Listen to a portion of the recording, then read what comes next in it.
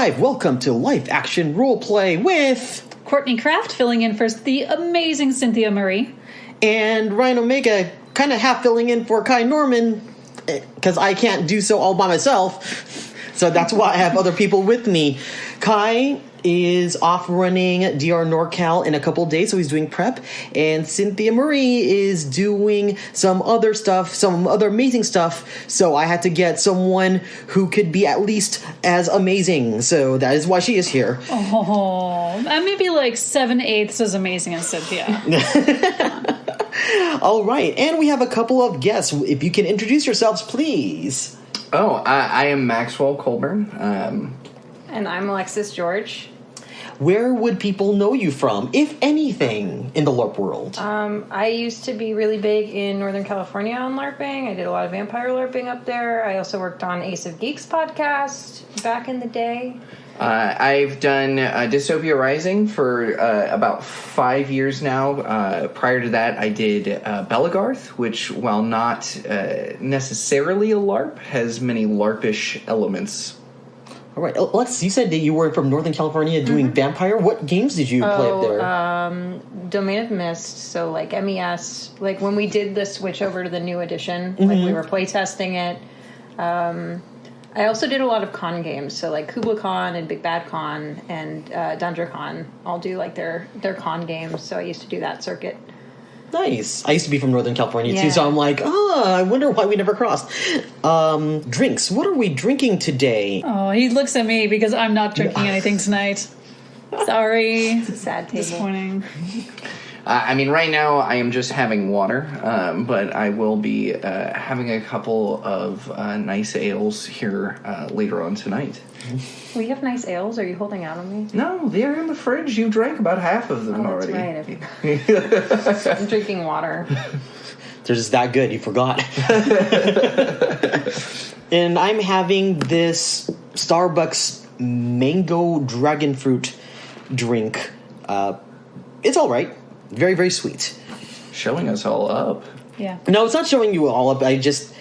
Normally for this podcast, I always say, what drinks are we having? When we used to drink a lot more often on this podcast. And that's how, when we started doing live action role play, we got very liquored up. And then we began. And then I realized, some of that stuff is unintelligible, so I had to throw them out. But...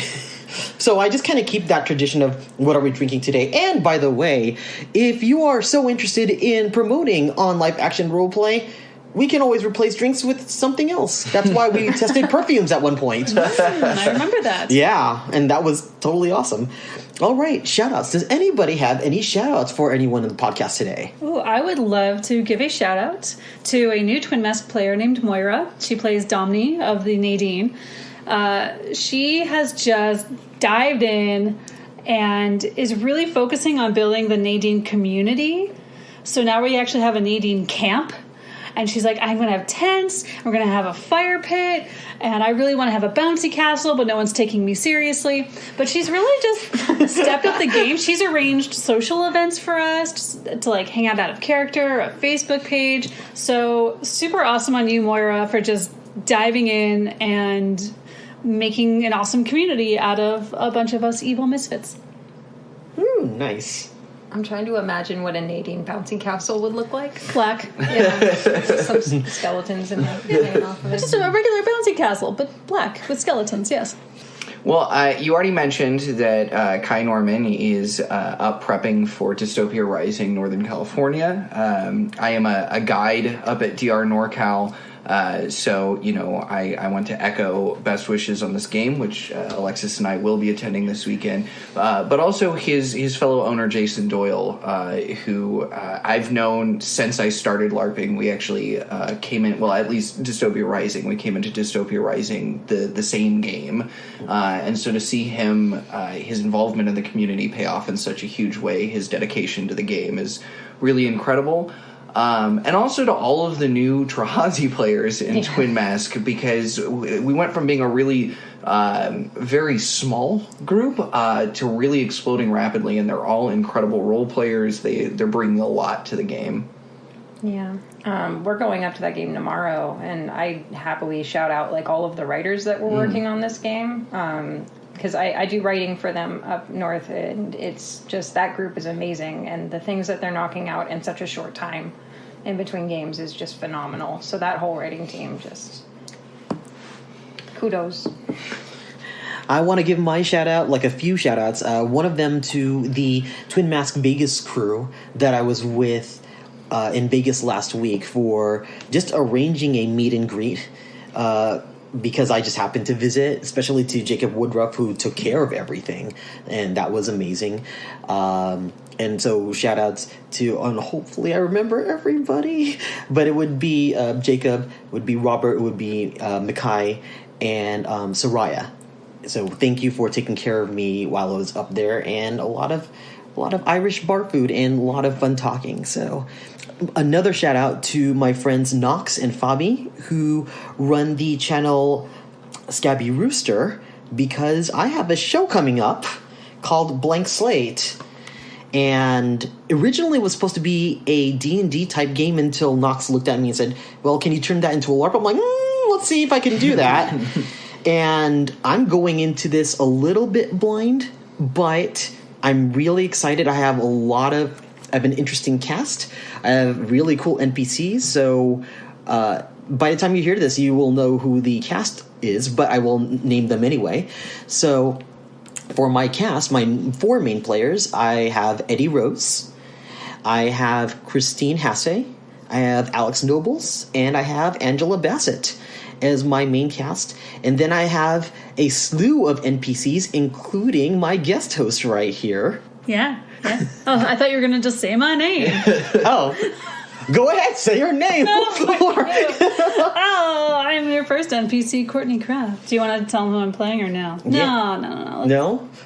Okay. It's up to you if you want to. It'll come out, but it'll be revealed by the time this comes out. Oh, well, I don't have my character's name yet, but I'm known as the Queen Maker. Yes. She is a queen maker. The character concept is that normally there's a kingmaker, the person who's the power behind the throne. But in this case, the power behind the throne is a queen, so it's a queen maker who knows that she has to make sure a particular event happens so that she potentially can become a higher noble than she is now. So there's going to be a lot of intrigue as well as a murder that's happening, which is the main focus. It's a LARP, which is going to be live streamed. It's going to be a murder mystery, and the ambitious part is that the audience in the chat decides who committed the murder, why did it happen, and how did they lose their memories. So all the players are starting off with amnesia. It's never been done before, so I'm like, all right, it's going to work. It better work. It's LARP, it's all just make-believe anyway. It's all just make-believe, but the audience has to follow it. So catch us on Scabby Rooster, March 12th, Tuesday at 8 p.m. Pacific. That sounded like a promotion, because it was. Now, the topic at hand was kind of inspired by the fact that Ryan sometimes gets stuck on trying to come up with new character concepts, especially from Twin Mask, since I've been playing the Archduke of Solace, Sicario Paloma, and then, that character is going to eventually retire, and I realized that I have to come up with another PC after that, and for the past 2 years, I've been trying to come up with character concepts, and just nothing has been sticking, and I'm kind of just frozen. So, Courtney had an idea. And what was that idea, Courtney? Do this podcast. And also talk things out and share my advice, because character creation is kind of my specialty, and see if we could help give you some ideas. I mean, the first thing I see with you is that it's not just about creating a character, but you're saying goodbye to someone who is so close to you, who's so intricate and developed, that everything else is going to feel meh in comparison. Because you've had this amazing character for, 7 years now? Even? 8 years. 8 years? Yeah. It is going to be hard to let him go and find something new, but we'll see what we can work out. Yeah, so the topic for today is coming up with new character concepts and new character motivations. And one of the reasons why I have Max and Alexis here is because in the time that I have known you, you have come up with a few interesting characters just kind of right off the bat. Just like immediately, like I keep thinking about your Sempers up in DR NorCal, but just your Trehazis were also interesting. But even like characters like Holiday and Rex were just really interesting to me. And you just have this knack of just coming up with characters, just snap, snap, snap. And like your advice would be pretty invaluable to me. Yeah, of course. I mean, I love character creation. Alexis and I, as a LARPing couple, spend a lot of time on it. We have a problem. we have altitis. Is that what it's called? I think Yes. altitis, yes. Where it's like we'll find a wig or something in a thrift shop and be like, oh, okay. I guess I'm making another character now.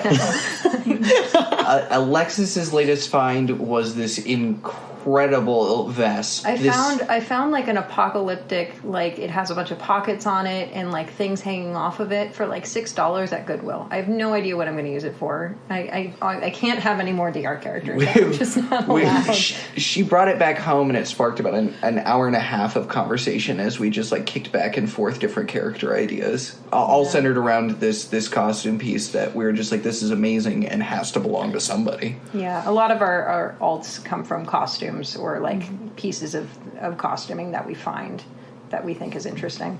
So that's one option, is go to a thrift store, see what you can find. And just find the right outfit and it will speak to you. I mean, I'm a firm believer that inspiration is everywhere. You know, it's in the books we read, it's in the TV shows, it's in our friends, it's in costumes. You see a cool thing and you're like, I want to dress up like that.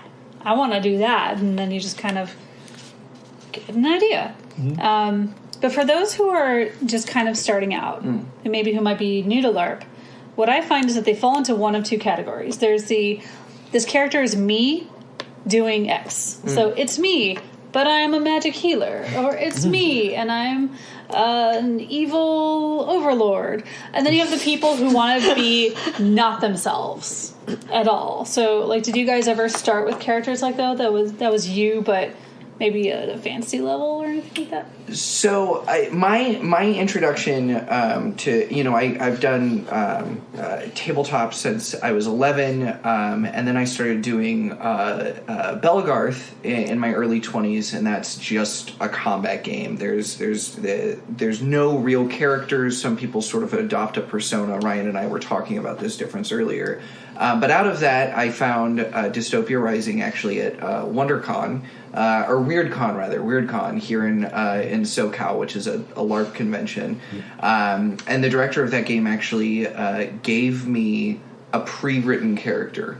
And, like, it didn't have his personality. He just was like, oh, I see you're holding 2 Belgarth weapons, so you like to fight Florentine. Here's a Florentine officer natural one, because I was walking around barefoot with like harem pants and fur on, and he was just like, this I mean, this fits the costume you're wearing, this fits the weapon style you obviously prefer to use. And I actually, you know, grew the character around this. I was like, wow, I'm really enjoying this. You know, I was deer in the headlights that first time at WeirdCon, especially because, you know, at a convention, they're just kind of like, go, like, explore, be startled and amazed. But definitely he started out a little bit like, okay, this is me, but as a crazy mountain man survivalist post-apocalypse, and like also kind of a sociopath. And you know, from there he's developed. He's 5 years old, but and I think I was lucky in that both Alexis and I come from, you know, a performing arts background, so I was able to parlay that into it. But definitely it was this. Okay, this is me, and now I'm going to channel him through the mechanics that I've been given for the character, and then the world as I see it, and just sort of build it onto the personality that I already have. Yeah, I think that's a good starting point for a lot of people. I started LARP mostly playing NPCs for other people's games. Like, I had friends that started and ran con LARPs that were like, hey, can you come and play, you know, Evil Queen or spy or what have you. And so I never came from the background where it was just like, I'm going to play myself as a sorcerer. But I've done it since. Like, I've had a couple of characters where I was like, I really just want to try out this skill set and, like, not think too hard about coming up with a personality outside of this. But yeah, like, mostly I'm trying to get as far away from myself at games as possible. You hear that? Well, I guess the first question, a lot of my character creation advice comes from asking yourself questions. So I'm going to ask questions to you guys, and we'll kind of see what we come up with. So I think the most important question you got to start with is, what kind of game do you want to play? Do you want to be a stick jockey and do a lot of fighting? Do you want to be an influencer and a politician? Do you want to be someone who's super goofy and a bard? Do you want to be a business owner? Do you want to be an evil antagonist? So I think that's the first question that you need to ask yourself, Ryan, is you've been playing this powerful Queen of England, as you say, politician. But now that you've played that game, what would you like to try next? So for the longest time before I joined Twin Mask, I was in another LARP called Dying Kingdoms. And I was actually more known as a fighter. And I was a big spear fighter. And usually in battles, I would be the type to literally run around behind the enemy and jab them with a spear or knock them out and then run away. And so I used to be like a big skirmisher. Now that it's been a while since, I do kind of want to get back into fighting. But the problem is, fighting by itself is not a character. Because that could be anything. That's very true. Yeah. And but it's a start. Yes. Because it means that you're not going to be creating some fancy noble like you're playing now. And you might not be, I guess you could be goofy. But that's a start. Yeah. You like the spear. So then I guess you need to ask yourself, like, okay, so what nation would have a fighter? Do you want to be a noble fighter as a knight? Do you want to be like a berserker type? Those are the kind of things you need to think about if you want to start with fighting. Start off with, what kind of fighter do I want to play? And then what kind of cultures and ideas mesh with that kind of concept? So then that brings me to my favorite question to always ask anyone creating a new character is, why? Why is your character here? Why do they choose to fight? Why do they do anything at all? Because once you can figure out what that initial motivation is, it will drive every single decision you make as that character. So now in Twin Mask, the why is, well, I died and now I'm here. And that's probably the most daunting part of any LARP, is finding your place. So maybe that why motivation might come from your past. Like, what do you want to regain? Or what do you want to do with this second chance of life? And once you figure out what that is that you want, like, that why will come forward. Oh, you want me to answer that now? No, I'm just saying, like, you guys can react to it. I'm not expecting you to come up with characters. I think Twin Mask is perfect for that, right? Because you're playing it as a different character right now, and you know what's going on in the world with the politics, and you know what's going on with the NPCs and the story. And so maybe there's an aspect of the game that, like, when I first started Twin Mask, I came to NPC first, and like, this god had just died, and I was like, ooh, wouldn't it be interesting if one of his followers from like 1,000 years ago showed up right after he died? So that might be something to look at what's going on with the story and see what is more interesting to me and what character would come back to the world into it. Yeah, I think one thing that I have been attracted to recently is just the idea of a person that is a little bit more happy-go-lucky. I mean, granted, one of my demon characters is very happy-go-lucky, but the idea of playing either a Kestrel or a Trahazi or a Sake actually is very appealing. I could see you as a Sake. Yeah. Because it just... because they're not really involved with, like, all the high noble politics. So I want to make sure that I kind of leave that behind and then just come into something where it's like, hey, I have a tribe and a family and I trust them more than anybody else. Not to be antagonistic, but it's like, I just died. Yeah. My people are oppressed. So. Yeah, I think either of those tribes could work really well for you. I guess it just kind of goes to what kind of cultural style do you want to play with. I can read tarot cards. I am known for it. So. Oh, that's right. That is Another tarot reader. And the Tarazi really only have this one fighter who's sitting next to me right now. We could use a few more warrior types. Oh, man. Is everybody here playing a Tarazi? Yep. Yes. We're surrounded. Oh. I have walked in. Family, you're now. You're a cousin. Yes. That's funny, though, because I was like, I'm going to play a Tarazi and not be political. And I've been at, like, every single political meeting trying to get us representation in, like, 3 games now. And, to go back to what Courtney was saying about, deciding what you want to do and then sort of building, using that as a starting place for the characters, right? Like, I have built an utter pacifist just once. He was my Vegasian in DR, Fast Eddie 3 Hands. Great name. I had to retire Eddie after about 6 months and give him over to story.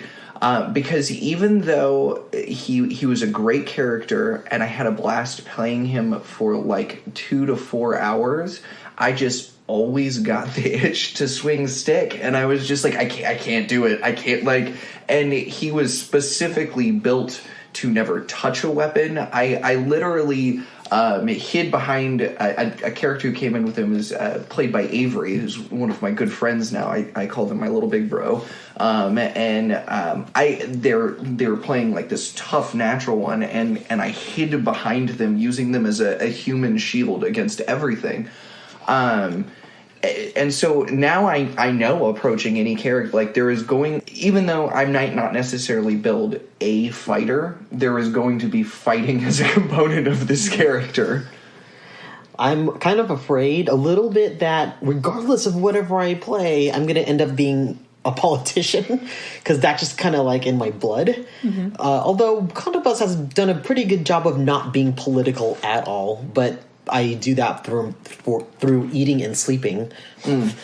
And that's, as long as I kind of keep to that, it's like, okay, I don't have time for politics, because he just stays away from this. But if at the core, like, that's what you love, don't keep yourself from doing it, because then you won't have fun. Like, if you create this, let's say, Tarazi warrior character, right, and you're thinking, man, I really kind of want to get back in the politics game, just do it. Yeah. I mean, you're not going to be the Queen of England, and you're not going to be this wealthy, popular, ruler of Port Frey, but you can still have that element of that game that you enjoy. It's always possible. Question for you, Courtney. Me? Yes, because I know that you do a cool event called Dungeon Master, which is in the same studio or same area as Scabby Rooster. You play a lot of characters, and you also write. So how do you come up with all of those? I play a lot of NPCs. There is a difference, because an NPC usually has one motivation for one scene. It's like, here's the thing I want, here's how I make it happen. A lot of times I'm just assigned a role. So I don't know what role I'm playing in the next show, so I just kind of gotta wing it. And sometimes you're just a monster and you just want to kill a person. This last episode we did, I was actually the party guide. So I was the one who was walking around with all the players, making sure they knew where to go and kind of guided the story. And I was told that I was supposed to be a member of the Order of the Cabalion, who is an order of guides. We are hands-off. We don't fight, we don't cast spells. Our guard is to train adventurers and lead them on these quests. And Knox said you can make up any character you want. So I had 2 very distinct ideas. One was, I call her Katarina the Giant Slayer, who's kind of based on Katarina from League of Legends, because I have this cool green leather bodice thing and a pair of swords and be a badass fighter.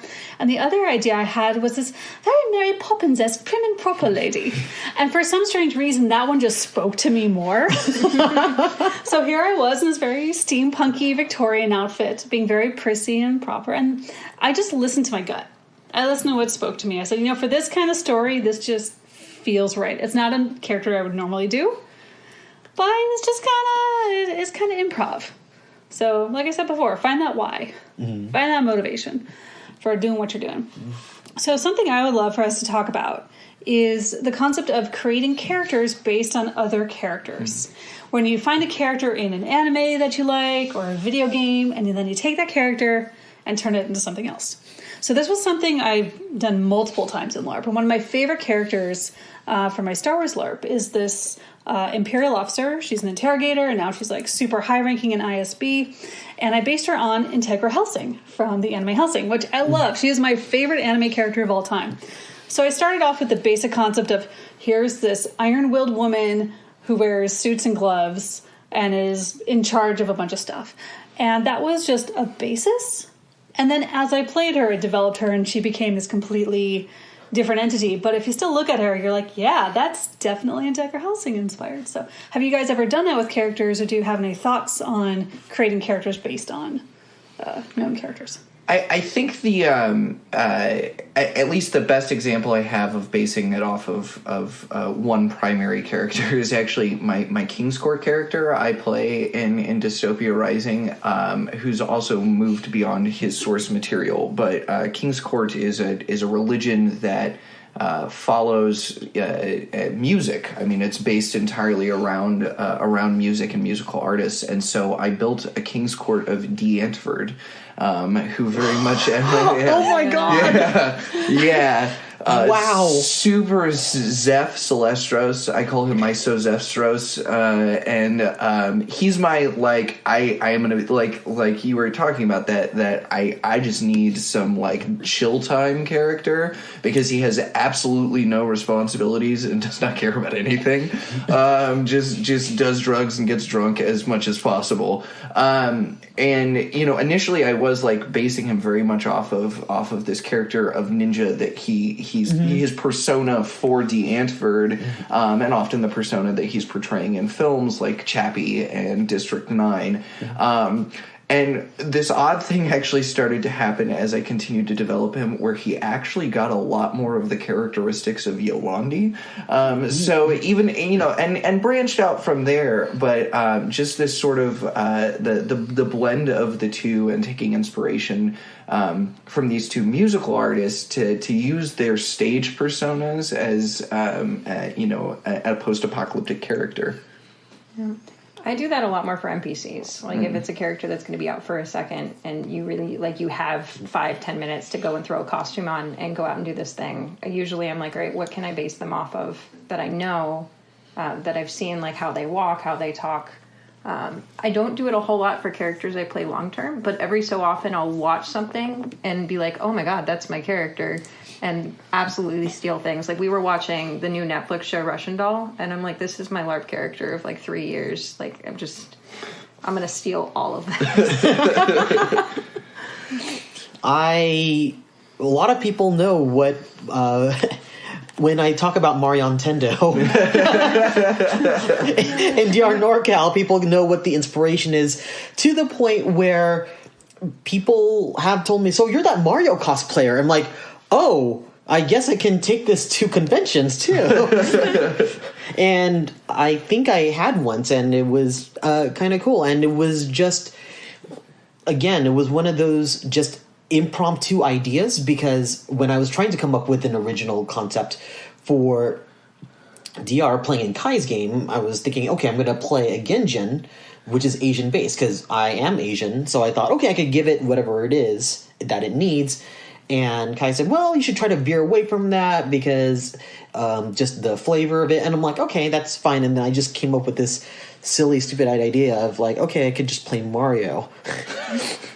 And he says, well, you can't be too literal. And I say, okay, his name is Mario Nintendo. And then he just had this smile and was like, okay. And I have probably told this story several times, but that's the reason why I chose the Mario cosplay. But he started off as being like the stereotype, but that ended pretty quickly the moment we got into a fight. So he just started to hit zombies with his big hammer, and then just wanted to see if everybody was all right. So it was very much like he's not really a big brother, but more like your dad that wants to protect everybody. So he's like your dad protector, that wants to make sure that everyone is okay. So that's kind of affected a lot of my role play into that. I think if you are going to do something like this, find maybe 1 or 2 traits that you really like about that one character and take those, and then the rest of it, just play. Just see what happens, see where it goes. I remember seeing, there's a player in Twin Masks named Sam who plays Raymara.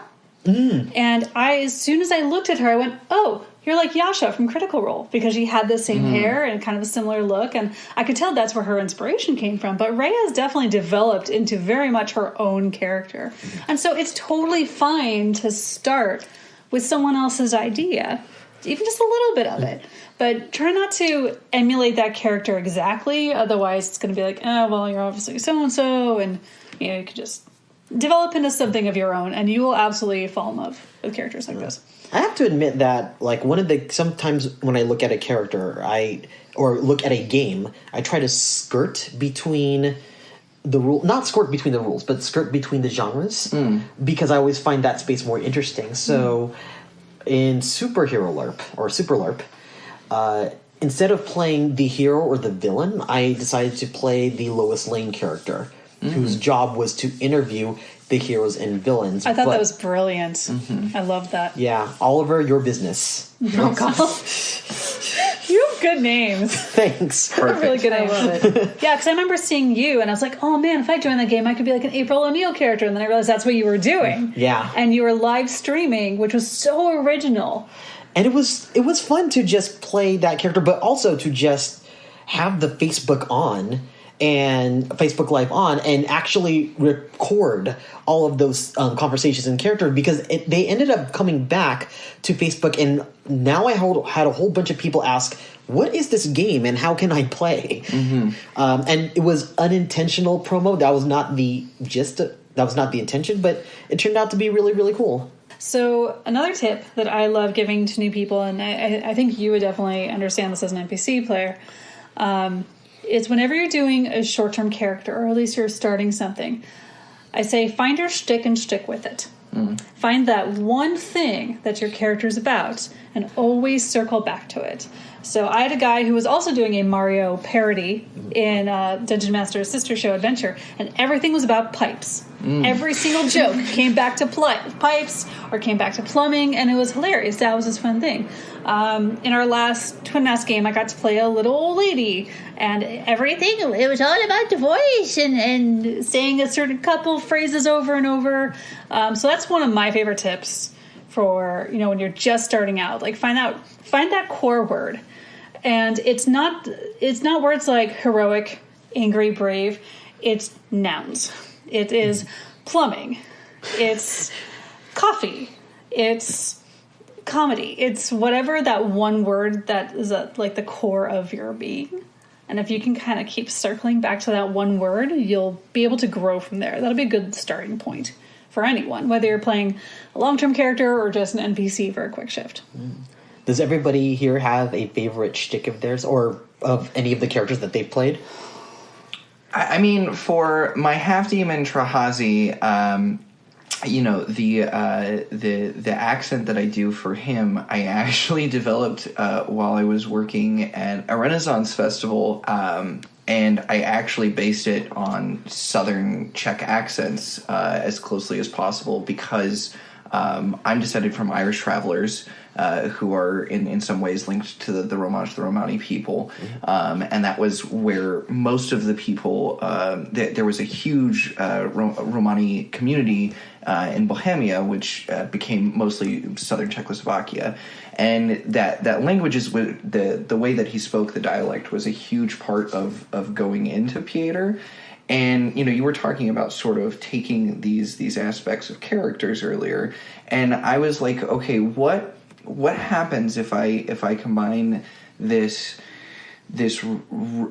Romani-esque character, this voice, with the butler from Black Butler, and I was just yes. I was like, okay, so I mean, a polearm and blood magic, and so this became this weird the happy but dark, And I just am constantly playing on that as Pieter, that, like, very upbeat, but, oh yes, I go and practice draining blood out of friends now. It's a very good time. We all enjoy. Yes. Like, and just, you know, playing on that and building off of that. Yeah, mine I found on accident with Anka. My Trahazi, like 2 games in at one point, they have like, sometimes they'll have merchants out. And so somebody baked a bunch of cookies and they didn't have change. So I ended up buying like 10 or 15 cookies. And I was running around giving, like, because I wasn't going to eat everything, and giving them away. And then somebody walked up and was like, because I had been looking for your character, Pieter. I was like, where's Pieter? And somebody's like, oh, he's off learning blood magic. You can't interrupt this lesson. And I was like, I will be damned if he doesn't go off to his first day of school without cookies. And so she just became about feeding people. Like, we did a peasant lunch last game.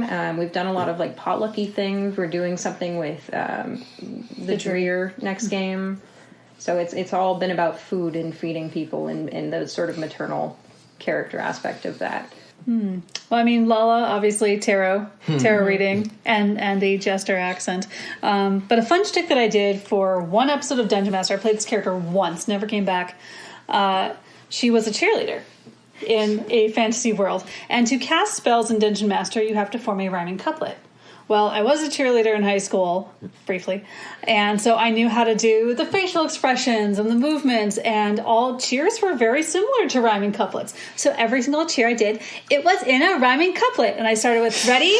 Okay. And that was just the shtick, was the cheerleader shtick for one game, and it was lots of fun. And just do it. Let me see. So I have a few, but Contobas, his main motivation, or his main shtick is feeding people as well, because when I first came in, demons were not really a thing, and I knew that I probably would be killed off right away, so the best way for me to survive is bread. just feed people. And after a while, he just ended up gaining people's goodwill because they kept feeding people. But that would usually be that'd be my shtick. That's a good one because people forget to eat. Oh, yes. God, yeah. And also love bread and carbs, so yes, instant friends. Yeah, instant friends, but man, it's like after a weekend of playing Contobas, it's like, oh, gym time. Yeah. Oh, it's going to be a couple of weeks. And I mean, you know, to go back, speaking of Rex and having built off of that fighter mechanic, right? That being Florentine, having 2 weapons and sort of just building it off of this. Like, I hit the like mountain man ostracized from his tribe shtick as hard as I could for like my first 6 months, just like.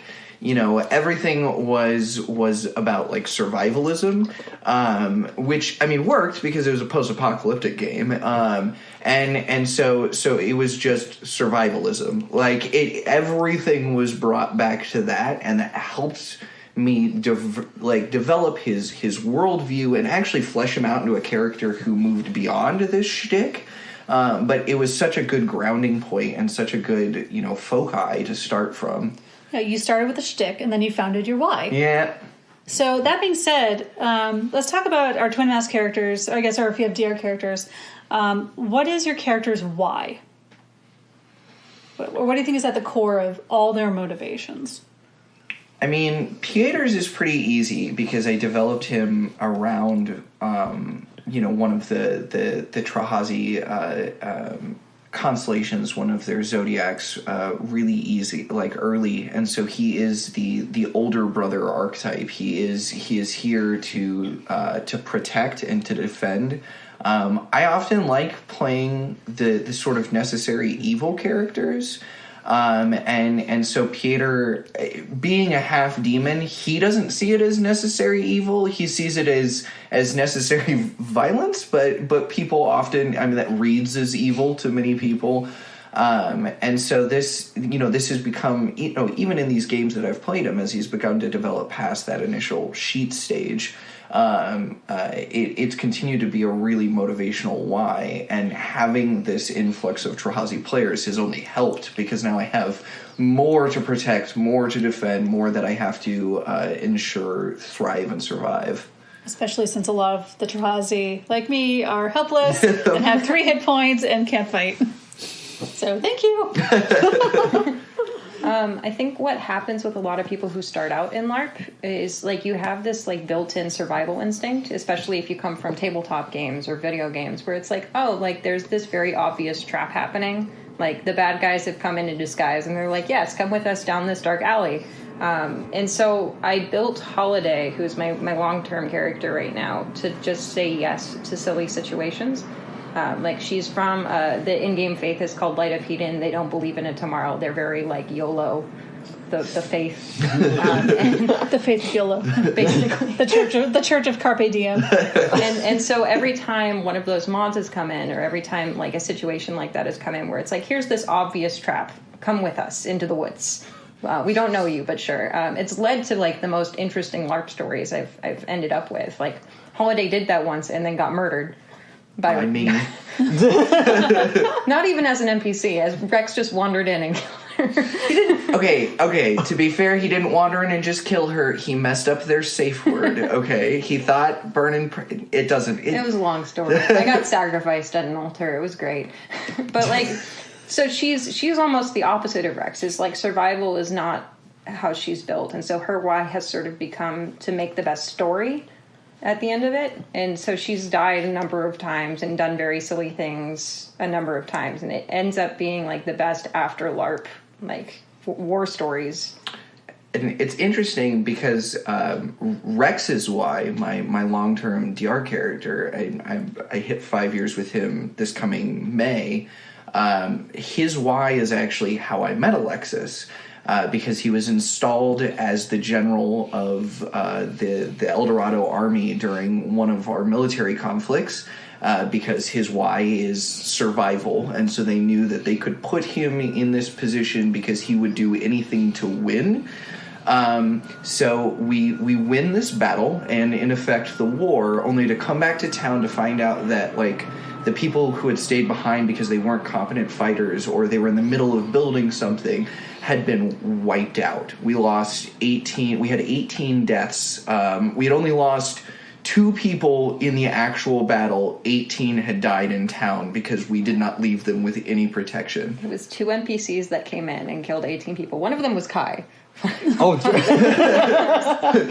so she comes out as an NPC representing the Green Zoners. The Green Zone militia is basically like the friendly, helpful neighborhood militia in town, and they start screaming at us for not. They don't scream at us. They don't scream at us. They upbraid us for not leaving people to protect the town. And I just start screaming in her face. This person I never met before, of course, on NPC. I just start screaming in her face that I would gladly trade 18 or even double that to win the war.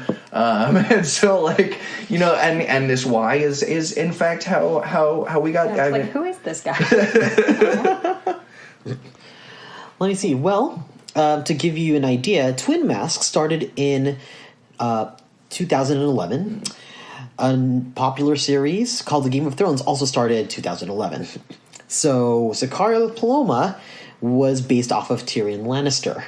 Oh, I and didn't know that. And so the why behind Sicario is that he believed he was cunning enough to talk his way through and out of any situation that required diplomacy, because war should be a last effort because we should be partying anyway. And it's funny how a lot of Sicario's motivations have been trying to bridge those gaps, like including the gap between the Offendal and the humans, like in the first year. And even the very first game, there's a legendary character in Twin Mask named Valdir, who I met at the very first game. And the first thing that he wanted to do was not destroy this guy. It was, we should have drinks. Because there's a reason why you're doing what you're doing, and if I could understand that, then we don't have to be enemies. And in fact, you could be a useful ally in the case I have worse enemies. And that was my very first motivation when dealing with Valdir. Not how do I kill you, it's like how do I befriend you, because turning your enemy into an ally is the best tactic ever. Can you just do that with all the villains in Twin Mask right now? He's tried, actually. Yeah. Like, he's tried with Anne, he's tried with Luke Craven, he's tried with Hope, he's tried with every single enemy that has been an enemy that is sentient and has a motivation that isn't just kill you outright. He's tried to talk to all of them, some with various degrees of success. Doesn't always work, but it's kind of cool if they do survive and they remember that I tried to be diplomatic, because they remember that. So they'll kill you last. Pretty much. Or give you enough time to run while they slaughter everyone else. So for Stradivarius, who's my main character for Twin Mask, I have two very basic primal motivations. Number one is freedom, because she started off as a slave, and in death she was freed. So now she can do whatever she wants. So she wants to discover the world. She wants to discover how to have fun. But she also does not want to be put back into that servitude life. So she's very particular about the way people speak to her. And, I'm not working for you. I'm an employee, like those kind of things. And her other motivation is protecting her character Ty, who's Bassanio Rocchio. So everything comes back to either protecting him and his interests or staying free and not being a slave again. And that motivates every single choice that I do. And the fun part is sometimes I get to do the dumb, because this character, because she was a slave, had a very sheltered life, had no education. I love occasionally interrupting someone and asking them what a certain word means, because I pretend that I don't know what it is. Like Kai, I was role-playing with him last game, and he's talking about various things. He used the word clandestine. So he continues talking, and I go, sir, what does clandestine mean? And he just laughed. It all just goes back to that root and where you come from and your why and what do you want. So go find those things. By the way, for people who are not visually here because it's all a podcast, Courtney came super prepared. I did. I have notes. Something I highly recommend for anyone building a character is have flaws and have a secret. Have something in your pocket that if it gets out into the public will change your game or affect your game, because that is a huge motivator. I think we all have our secrets, and I'm constantly in the back of my mind saying, oh, nope, don't say that. Don't let that clue come out, or be very careful as to who I'm giving the clues to and when. I'm much more likely to give a clue to a character who's not that close to mine in a live setting where it's not in writing, like on Discord, where someone can go back and find it. But as you're creating your characters, think about that kind of thing. Like, what's your flaw that you don't want people to find out about you? And also, like, personal flaws.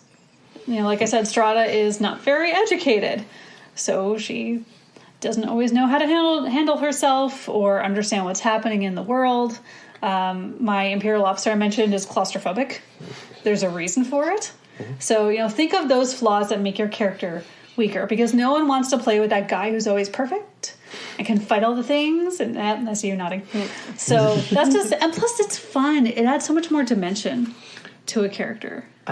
Pieter, I play heavily into the idea of, the Trahazi do not have the same system of laws and social hierarchies that the rest of society does.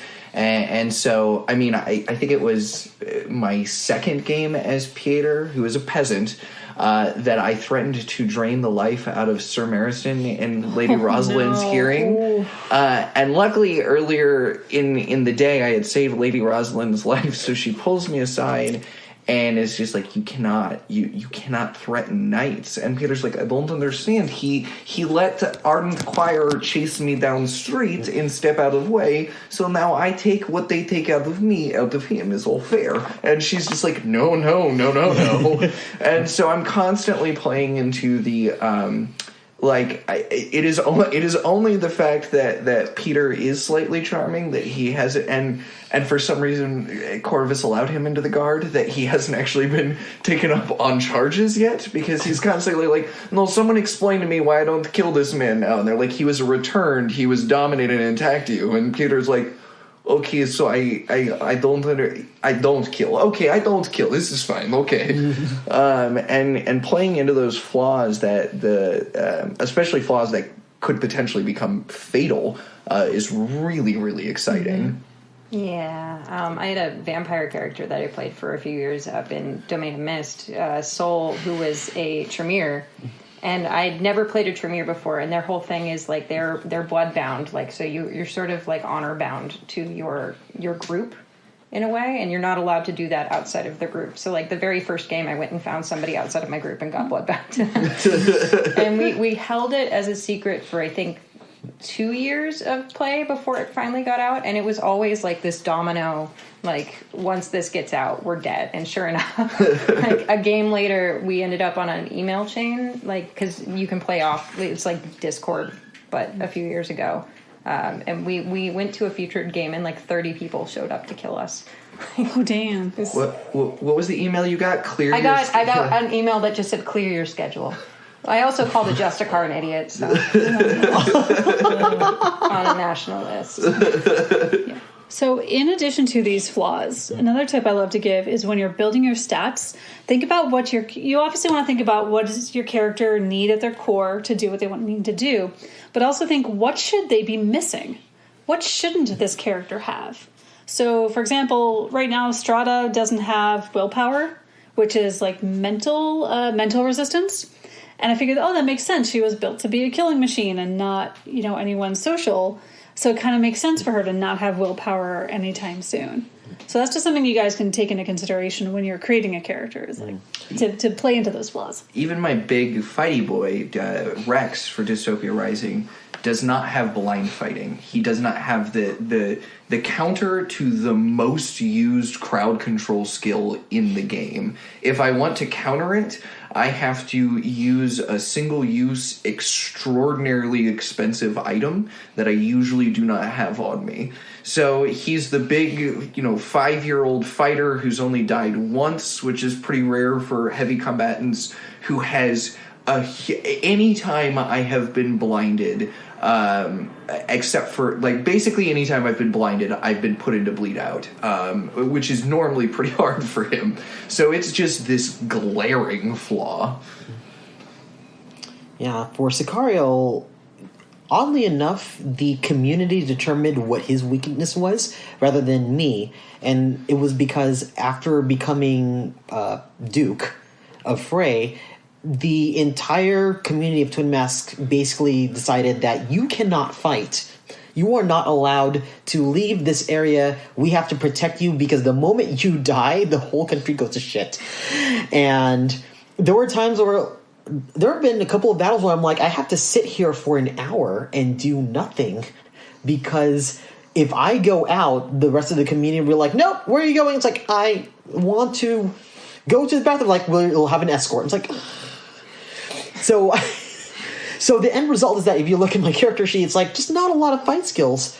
But it's kind of, at the same time, I'm kind of honored that the whole community decided that, okay, we need to protect you to the point where you should not be fighting at all.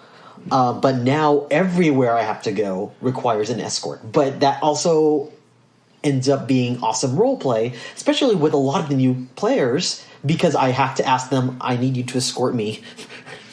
Especially if they're super new. It's like, it's the Archduke. It's like, he needs an escort. But you make them feel special and involved, and that's really awesome of you.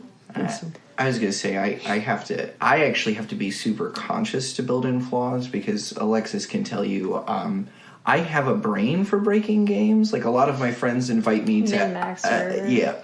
A lot of friends invite me to alphas and betas because I can walk into a system and just, look at how they've laid out combat and often econ and be like, okay, do you want me to build the character that is going to show you why you need to change this rule? And they'll be like, yes. And then, by the end of the game, they're like, no, going into the next alpha game, we are going to do a hard rewrite on that.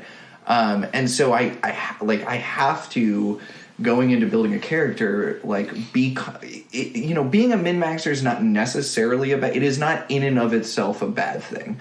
But I think that anybody who has a brain for that really should force themselves to build flaws into their character, because it actually increases. Not only does it make the character more fun to play, like, honestly, playing invincible god level characters is fun for like 4 hours and then you're just done. But it also adds more to your story. It makes the role play with other people more fun. People feel more attachment to your character because there are these flaws. And just like in humans, it's not necessarily a great thing, but we tend to friggin' hate perfect people. We're like, man, how does that person have their life so together? Like, unacceptable. Some games, like, the mechanics will have flaws built in a way that's super helpful. Like, with Dystopia Rising, if you die, you get another flaw or derangement or whatever, and I've never cured mine because they're just too fun. So I have a crazy paranoid amnesiac running around. Right now, I kind of love that in Blank Slate, the show that's coming up, the PCs, even though they all have amnesia, all decided on their own, without consulting each other, that they all would be flawed.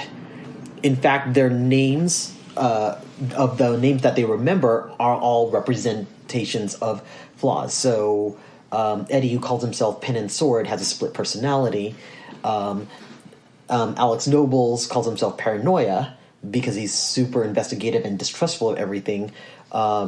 Christine goes by Unhinged because she is. And Angela's concept is Martyr because she will be the first to throw herself into anything in regard for her own well-being. And it's interesting that that's what they all chose. And I feel very honored because I know that I'm going to be role-playing with a good group. And regardless of what happens in the show, it's going to be a good show. So before we wrap up, because I know we're getting to close to an hour, there's one last tip that I'd love to share. And that is leave some holes. Leave yourself room to grow. You don't need to know every single thing that's happened in your character's past of every day.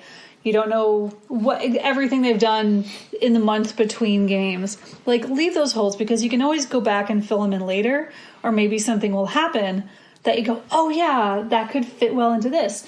And that happened to me in the late 90s. When I started LARPing, my first character was a Sith, or she became a Sith eventually. And the way that happened was episode 1 came out, and I saw Darth Maul, and I'm like, he's so cool. And I did the math and realized he could have been my character's grandfather.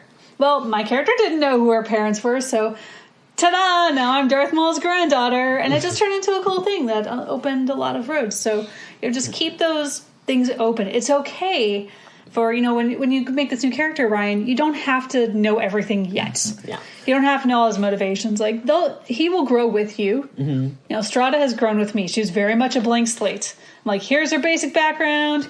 Here's her one character tie. And I was just going to let the world mold me. And it has. And now I have this much more fleshed out character after playing her a year or so. Yeah, I will say that what's been interesting about playing Sicario is that when people want to build links to me, and that's actually been one of the things that I do love, like having a character background that's open enough that another new player or someone who's coming into game can build off and be inspired by something in your background. So in the case of Sicario and the way he died, he was a bag was put over his head while he was on a party boat to Erie, and then he was bound up and thrown off the boat. And so when Sin wanted to play a new character, she decided that she wanted to be the person who Sicario partied with a lot, but accidentally gave her the information that she sold to the person who eventually assassinated his character, and he doesn't know it.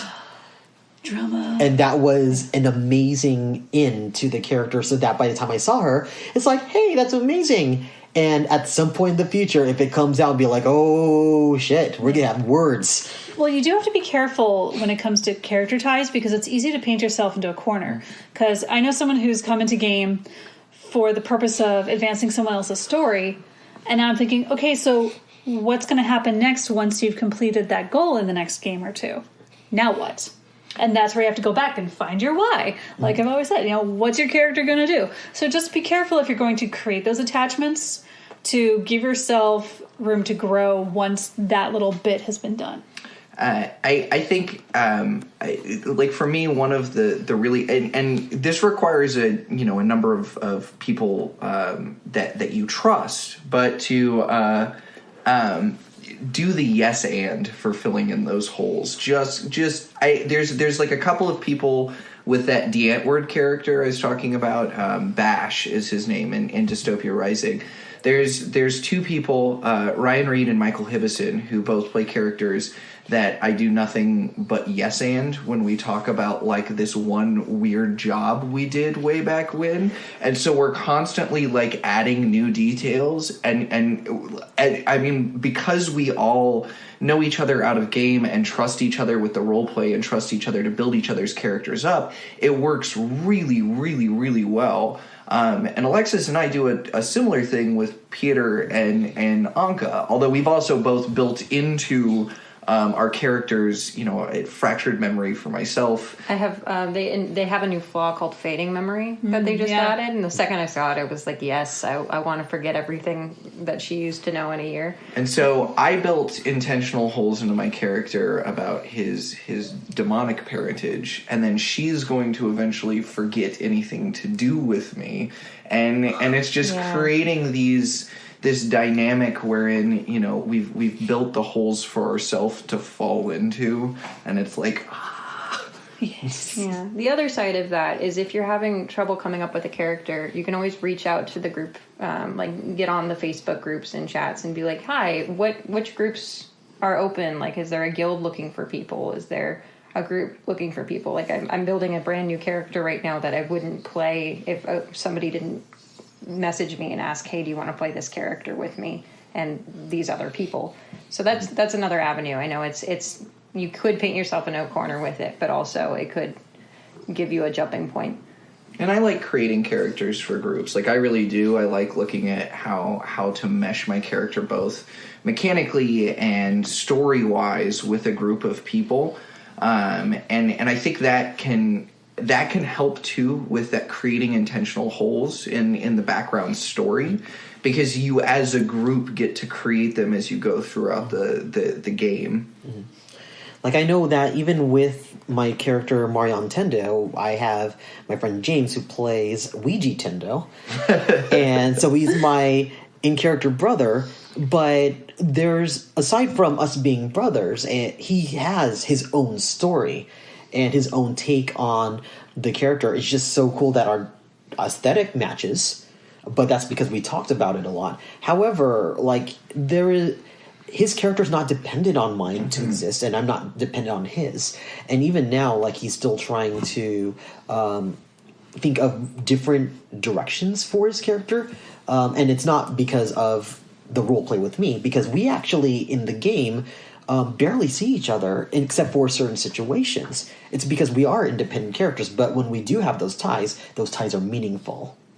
It's like, I mean, Peter and Anka, I firmly believe that even though Trahazi, husband and wife, means a lot less than it does to other civilizations, but even if one of us just dropped off the map, either character is completely viable, and has a really interesting story. And like you were saying, like, the times that we run into each other are like a big battle happens near the academics guild, and I'm like, oh no, Anka was there, I have to go make sure it's safe. And like, so I mean, there was somebody last game who said, oh, I remember you're that guy who's always calling for his wife, because like that's the only way we find each other is if I'm just screaming out wife, like, husband. Otherwise and then we find each other and then we split again. Yeah.